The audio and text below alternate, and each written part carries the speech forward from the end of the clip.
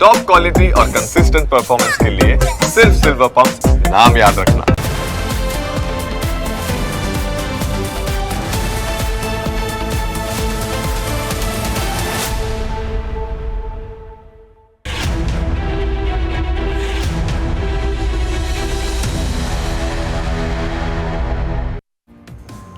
સ્થાનિક સ્વરાજની ચૂંટણીમાં ઠેર ઠેર ચૂંટણીના બહિષ્કારની વાતો સામે આવી રહી છે। દર ચૂંટણીમાં લોકો પોતાનો રોષ વ્યક્ત કરે છે। 5 વર્ષ સુધી રજૂઆતો કરવા છતાં કોઈ કામ ન થાય તો તેનો ગુસ્સો મતદારોમાં હોય તે સ્વાભાવિક છે। મોટાભાગના કિસ્સામાં રસ્તા, પાણી અને ગટરની સમસ્યાઓ મુખ્ય છે, પરંતુ રાજકોટ જિલ્લાના ધોરાજી તાલુકાના સુપેડી ગામનો જે પ્રશ્ન છે તે કંઈક જુદો છે। ધોરાજીના સુપેડી ગામે લોકોને રસ્તા, પાણી અને ગટરની નહીં પણ ગામમાં આવેલા ઐતિહાસિક મુરલી મનોહર મંદિરના મહંતની કથિત જોહુકમી અને દાદાગીરીનો છે। મહંત સામે ગ્રામજનોમાં રોષ ફાટી નીકળ્યો છે। 17 એપ્રિલના રોજ ગ્રામજનોએ એકજૂટ થઈને આખું સુપેડી ગામ સજ્જડ બંધ રાખ્યું। સુમસામ રસ્તા અને બંધ પડેલી દુકાનોના દ્રશ્યો ધોરાજીના સુપેડી ગામના છે। લોકોએ ગામના પ્રવેશદ્વાર ઉપર મોટા બેનરો લગાવીને આગામી સ્થાનિક સ્વરાજની ચૂંટણીનો સંપૂર્ણ બહિષ્કાર કરવાની ચીમકી ઉચ્ચારી। ગ્રામજનોની એક જ માંગ બની કે બની બેઠેલા મહંત અને તેમના મળતિયાઓને તાત્કાલિક મંદિરમાંથી હટાવવામાં આવે। મુરલી મનોહર મંદિરના મહંત સામે છેલ્લા ઘણા સમયથી લોકોમાં રોષ હતો। તેવામાં 16 એપ્રિલની રાત્રે ગૌશાળામાં ખાતરની હરાજી વખતે મહંત રવિન્દ્રદાસ અને તેમના સેવક ડીસી પટેલ દ્વારા ખેડૂતો અને ગ્રામજનો સાથે ગેરવર્તન કરવામાં આવ્યું હોવાનો આરોપ છે।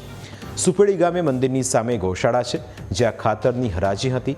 રાત્રે 9 વાગ્યાનો ટાઈમ હતો। મોટી સંખ્યામાં ખેડૂતો ખાતર લેવા માટે આવ્યા હતા।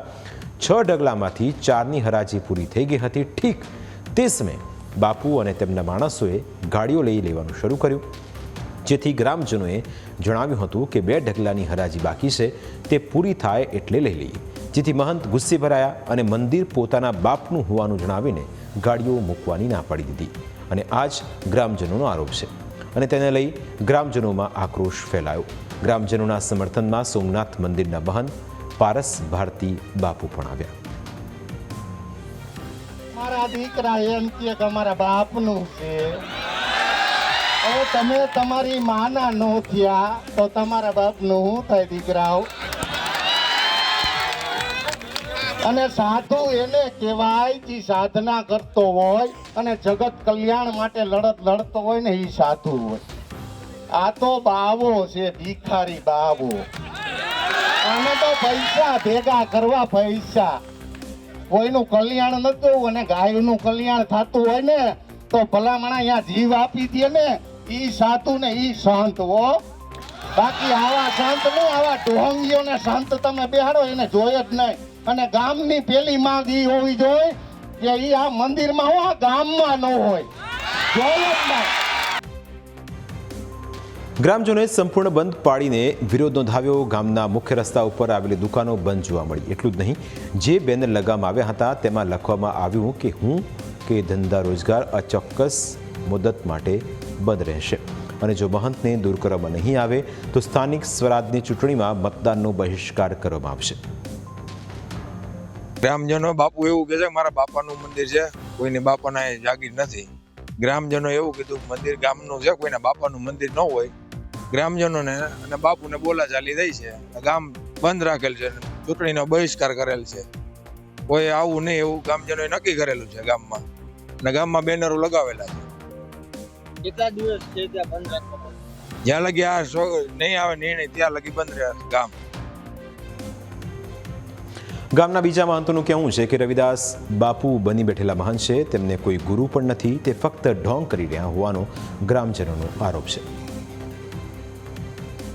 સંત મત પ્રમાણે તો પેલા તો સંત નથી અને કોઈ સાધુ પણ નથી, જન્મજાત બાવા છે રામાનંદી બની બેઠેલો છે આપમેળે, એને ગુરુ પણ નથી।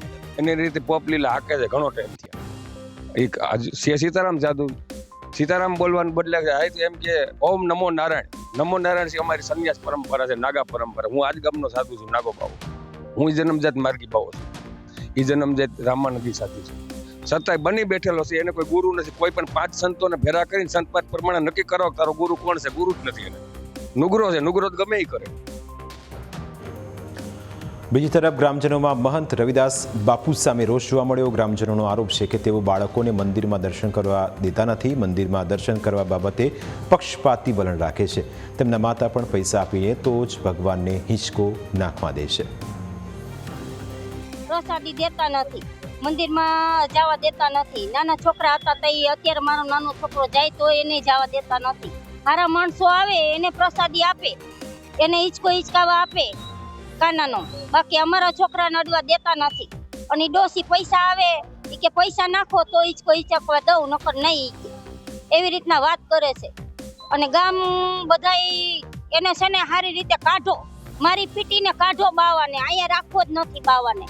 અને એને કાંઈ હતું નહીં. આ બધા પૈસા ખાવા વાળા છે, મા દીકરો બે હરામી છે, ઈ બે બાવન બે. ગ્રામજનોએ ગંભીર આરોપોનો મારો ચલાવતા મહંત રવિદાસ પણ મીડિયા સામે આવ્યા. તેમણે દાવો કર્યો કે મંદિર સનાતન ધર્મનું છે અને અહીં કોઈ જાતિ ભેદભાવ રાખવામાં આવતો નથી. તેમણે દાવો કર્યો કે ઘટનાની જાણ તેમને મીડિયા દ્વારા થઈ, તેમને આ બાબતે કોઈ જ જાણ ન હતી.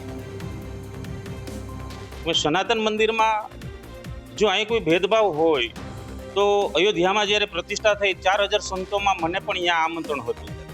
એટલે મંદિર સનાતન છે એ પ્રૂફ થઈ ગયું. એથી વિશેષ કે હમણાં જે સંઘ દ્વારા 100 વર્ષ પૂર્ણ થયા એમાં જે ધોરાજીમાં 12 જગ્યાએ જે મહાસંમેલનો હતા હિન્દુ રાષ્ટ્રના, એમાં 6 જગ્યાએ તો મારું પ્રતિનિધિત્વ હતું. તો આ સનાતન મંદિર છે, અહીંયા બંને ટાઈમ જે 56 ભોગનો ભોગ પધરાવવામાં આવે છે, એમાં જે મંદિર પરિસરમાં પ્રથમ આવેલા હોય અમે કોઈને જ્ઞાતિ પૂછતા નથી, એમના હાથે જ ભગવાનને અમે જમાડીએ છીએ. બીજું, અહીંયા બંને ટાઈમ અન્નક્ષેત્ર હાલે છે અને રોજ માટે મનોરથ હોય છે ધજાજીના. તો અહીંયા વિશેષ જેટલા મનોરથ થઈ ગયા એમને પણ આપ પૂછી શકો છો કે ભાઈ અહીંયા કોઈ બીજા ટેબલ મુકાતા નથી. એક ટેબલ ઉપર મનોરથી સર્વ ભક્તગણ અને હરેક જ્ઞાતિના, અને હું પણ સાથે એ ભોજન પ્રસાદ લઉં છું. એટલે વિશેષ આ મંદિરમાં કોઈ ભેદભાવ નથી. આ વિવાદ તો ઉકેલાયો નથી, પરંતુ ચૂંટણીનો બહિષ્કાર કરવાથી કેવી રીતે વિવાદનો ઉકેલ આવશે? શું ઉમેદવારો જ મહંતને મંદિરમાંથી બહાર કરશે? કોના દ્વારા મંદિરમાં મહંતની નિમણૂક કરવામાં આવી છે? જો રવિદાસ બાપુ જાતે જ મહંત બની બેઠા હોય તો ગ્રામજનો આ બાબતે પોલીસ ફરિયાદ કેમ નથી કરતા? શું મહંતને હટાવવા બાબતે વહીવટીતંત્ર કે પોલીસને કોઈ રજૂઆત કરવામાં આવી છે ખરી? કેમ કે ગ્રામજનો ચૂંટણીનો બહિષ્કાર કરશે તો પણ સ્થિતિનો એની એ જ રહેશે, કારણ કે મંદિરમાંથી મહંતને કાઢવાની સત્તા કોઈ પાર્ટી કે ઉમેદવારો પાસે નથી.